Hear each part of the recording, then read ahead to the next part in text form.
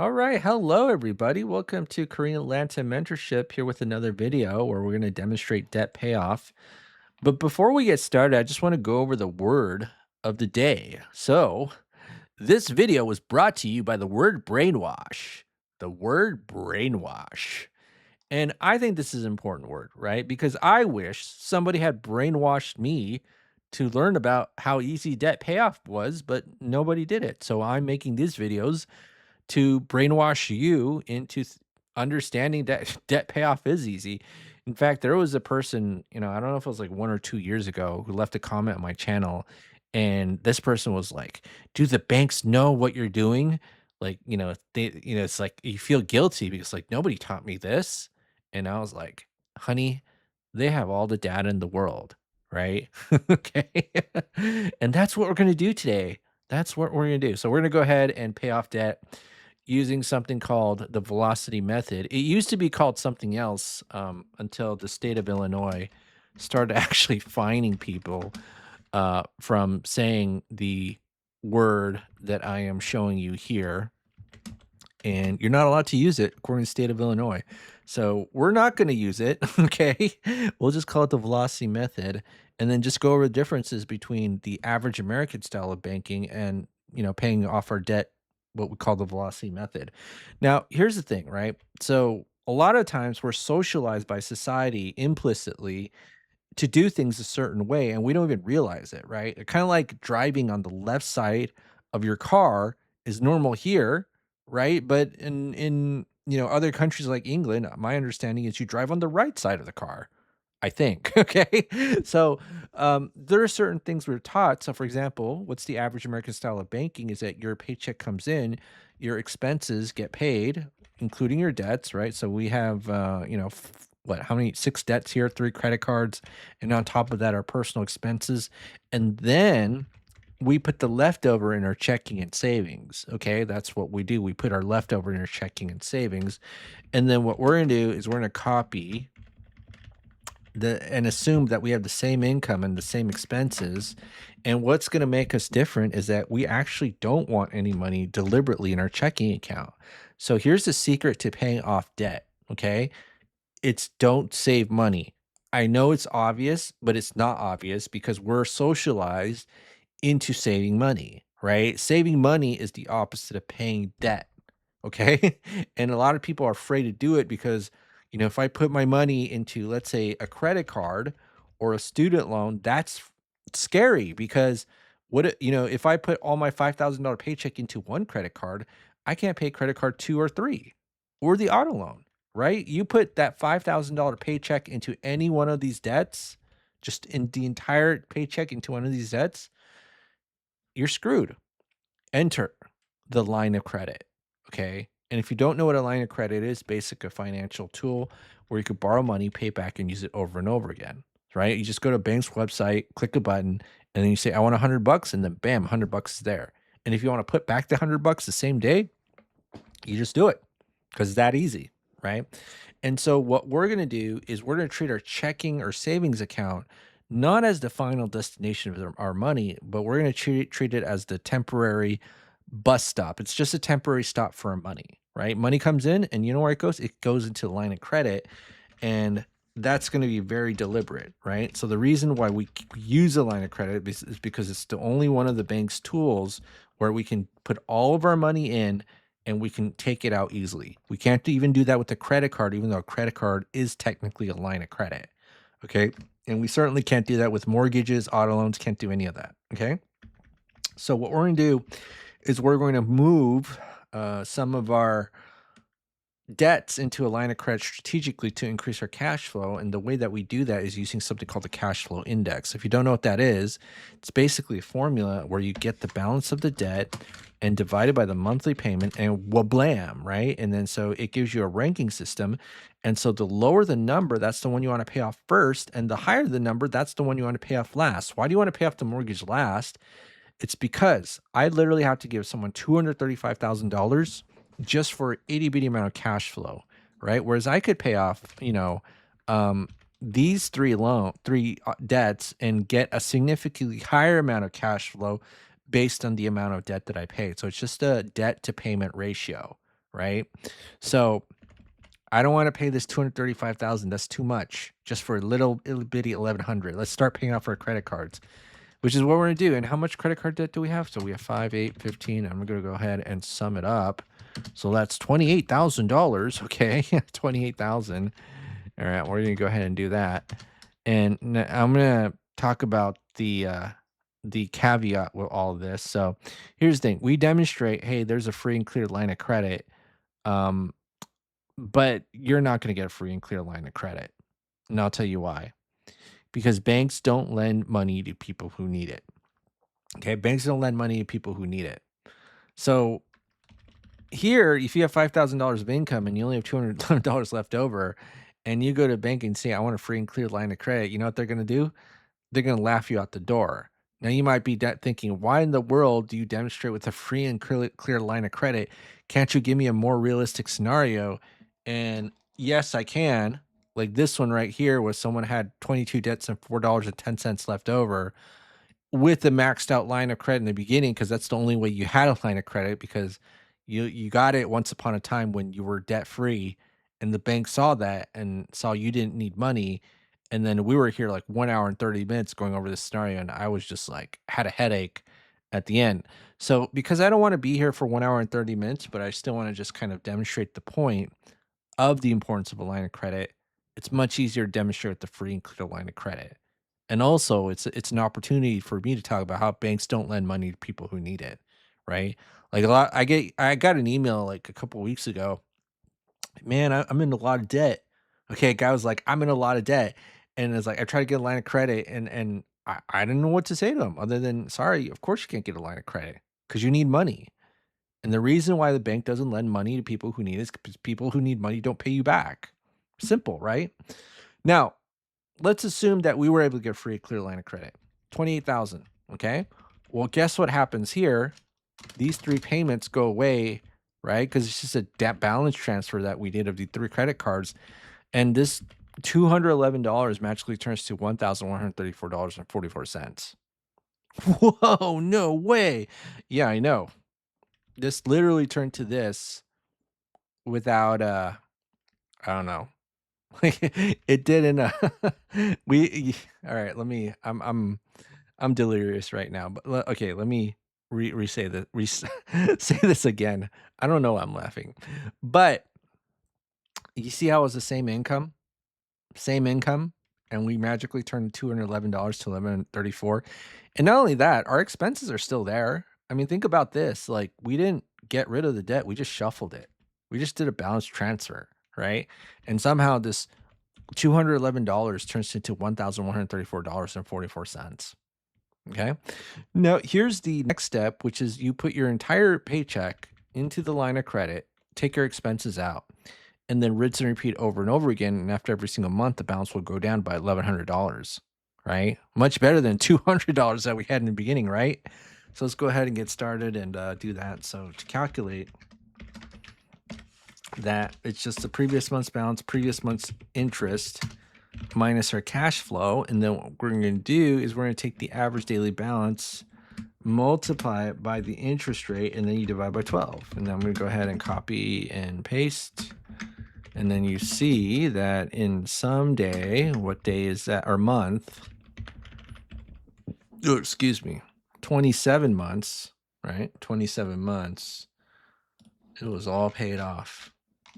I actually want to say it was all a dream. I don't know if you know what I'm referencing when I say it was all a dream, but I think I'm referring to our good friend Christopher Wallace, if you know who I mean. Okay, so 27 months. All right, so 27 months, we paid off 28K, and that is our first milestone. Okay. Yeah, I can't sing. That's why I became a guy who pays off debt on YouTube rather than a rapper or singer. Okay, so now next one is we have this loan calculator right here where we literally just have to put in the current month, and then it will tell us the current balance. Now, here's how the average American loandar thinks. I don't know to tell you why. Sorry, it's late here. I'm totally delirious. But here's how the average American thinks about paying off these loans, right? What are they going to focus on? Oopsie, I put 6%. It should be 7. What are they going to focus on? Well, they're obviously going to focus on the interest rate, right? So they're going to be like, well, we should focus on paying off the 7. And it's going to be contradictory to what most people think because we're gonna focus on paying off the 3. Now, why focus on paying off the 3 is because we have to pay only $12,000 for about $400 of cash flow, and you see here, we have to actually pay 24 grand for about less cash flow than the auto loan, right? So what are we gonna do? Well, let's get the cash flow even though it has the lowest interest rate, right? So that's why we're going to pay the 12 grand here, and then we apply it to the next loan. Okay. So that's what we're going to do. Follow the cash flow index. Remember, lowest number is the one that's prioritized. And we're going to go ahead and do this right here. Copy, paste. And I'm going to do this. So plus 12506.66. And then our cash flow increases by a couple $100, so 395, and then 15, 50. I can't even. Oh man, this is one of the worst brainwashing sessions I've ever had because I'm like totally delirious and it's kind of late for me. But that's how you know when you're a hardcore brainwasher when you're doing this and you're totally delirious. Like that's showing whoever that I'm so dedicated to the cause of brainwashing myself to be debt free using this velocity method. There is no other option, right? Okay. All right. So now we paid it off in 36 months. Wow. So 3 years, we paid off all the credit cards and the auto loan. Sweet. All right. And then this is going to be 28 plus 22, and it's going to be 50K. All right, 50K. And then here we have the student loan and the mortgage. So I'm just going to do this right here. So this is going to be 0. This is going to be 36, 36. And then this is going to be the current balance of the student loan. And let's go ahead and move it into the line of credit, right? So general rule of thumb, if you have a loan where the interest rate is same or higher than line of credit and it's the next loan you have to pay according to CFI, it's okay to move that loan in the line of credit. However, if it's lower than the interest rate of the line of credit, then you might have to use some discretion. In fact, if I actually move it into the line of credit, I think I may be slightly overpaying. All right. So, don't follow the mantra of, oh, loan bad, line of credit good, because that's how you can, you know, not. I can't even think. I was trying to look for alternative word for aside from screw, but my brain is not that sharp right now at whatever hour it is right now. All right. So now let's go ahead and do plus 23079.1. So we're removing the student loan there. And then now the student loan's been paid off, so we get an extra $348 of cash flow. And look at that, 1,800. I am so smart. Yeah, I am so smart. Actually, I'm not. Yeah. All right. So now I'm gonna do this, and then it's gonna be 1878.07, and I'm gonna go ahead and we're gonna go ahead and pay this off. And then we're going to go ahead and pay this off. And then we see that in month 49, it was completely paid off. Month 49. Okay. All right. So now we're going to do this. So 49 months. And then this can be 50 plus 40. And then this is going to be 90K. And then we have the mortgage at 49 months. What's the balance of the mortgage? 49. 0, and then 217,000. So now we have two choices, right?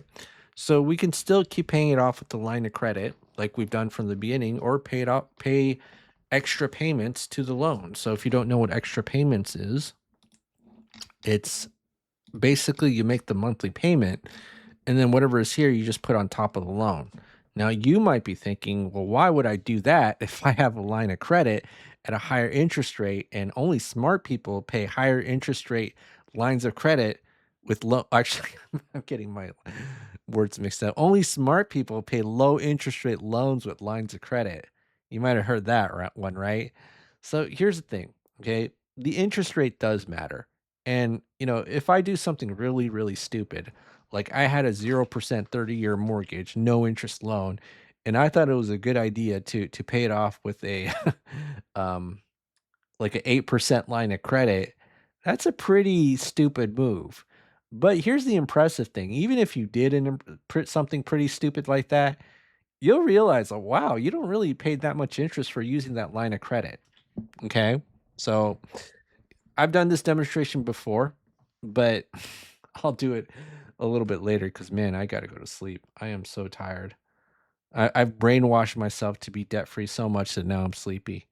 But we'll go ahead and pay off that 30-year mortgage with a 8 to 15% line of credit. And this is the part where people freak out. But the reason why I say, hey, you may still want to pay off this mortgage with the line of credit is because the line of credit is the only tool available where you could just put all your money into one place. And you have to kind of think about how we got to the left side in the first place, right? So the reason why we felt so, let's say, cash poor is that our income was segregated. So what is a segregation of income effect? It just means that your income comes in, it gets split all over the place, essentially making minimum payments on everything, and you leave the leftover in checking and savings. And the reason why we did not experience that on the right side, even with our first transfer to the line of credit, is because we put all of our money into one place. We put throughout our debt payoff journey, we put the entire $5,000 into one place. So we didn't segregate our income. And so if we still want to keep that cadence of not segregating our income, we can. We just still use a line of credit. Okay.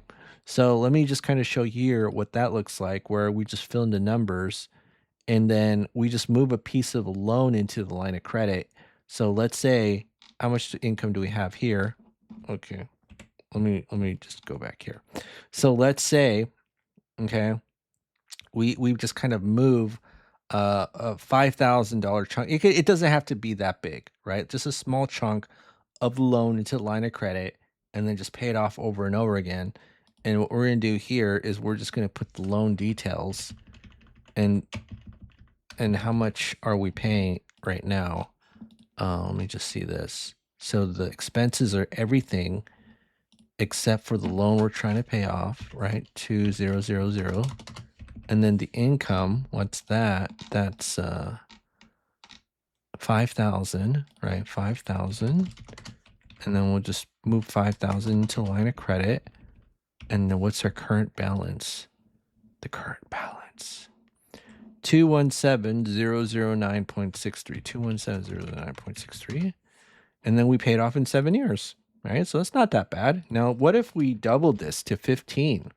Ooh, spicy, right? So it's not that big of a deal, even though the interest rate almost literally doubled, right? And then this will, if you put this to 30, right? It's still not that bad. Not as bad as you think it would be. But here's the thing, the interest rate does matter. Obviously, you want to use the lowest interest rate tool, but you don't have to fear the higher interest rates as long as you pay off the debt in the right order and have the right cash flow. Okay. All right. So let me just kind of move this to 8%. And so here's the moral of the story that I didn't really explain because I'm a little bit sleepy.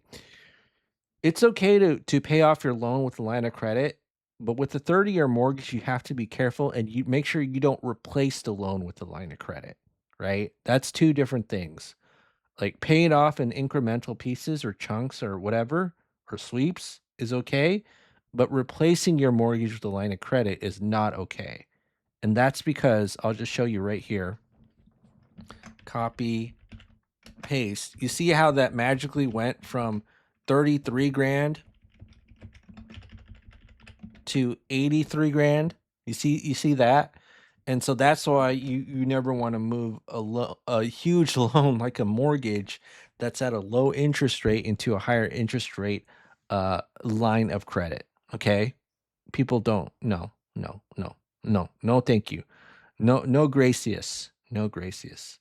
Okay, well, 7 years, that's not bad. Usually we do like 3 to 5, but it is what it is. And that's another form of brainwashing too, because like If someone tells me they paid off their mortgage in 7 years, I'm like, is that it? That's what she said. Wah, wah. No, I'm just kidding.